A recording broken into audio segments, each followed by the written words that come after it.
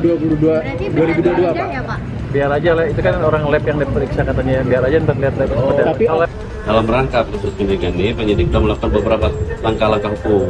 Tindakan diantaranya melakukan penggeledahan ke beberapa tempat untuk mencari. Purbaya menegaskan tidak pernah mengadukan kasus tersebut kepada Kejaksaan Agung. Purbaya juga akan mengikuti proses kasus tersebut. Sebelumnya, Kejaksaan Agung mengonfirmasi penggeledahan di sejumlah titik 22 Oktober lalu untuk mencari alat bukti.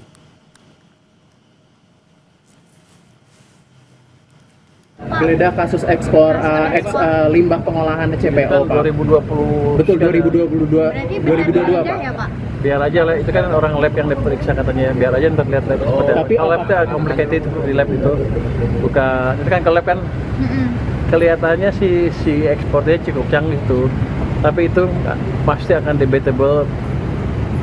Bukti ilmiahnya seperti apa, saya nggak tahu, biar aja proses berjalan. Itu Bapak yang melaporkan Bapak yang melaporkan bukan Pak? Kejaksaan Agung membenarkan telah menggeledah kantor pusat Bea Cukai pada Rabu 21 Oktober. Penggeledahan terkait dengan penyidikan kasus dugaan korupsi ekspor limbah minyak kelapa sawit. Selain kantor Bea Cukai, Kejagung juga menggeledah sejumlah tempat seperti rumah pejabat Bea Cukai. Dalam penggeledahan ini, Kejaksaan Agung menyita sejumlah dokumen, baik berbentuk fisik maupun berupa alat elektronik.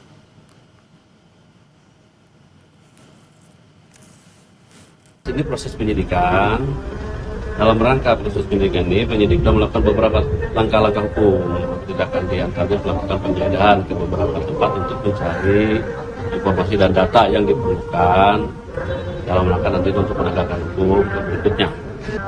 Di antaranya beberapa di kantor Bea Cukai dan di kantor pusat yang di Romong Pak berarti Pak, yang Jakarta Timur. ada. Pokoknya Bea Cukai lah.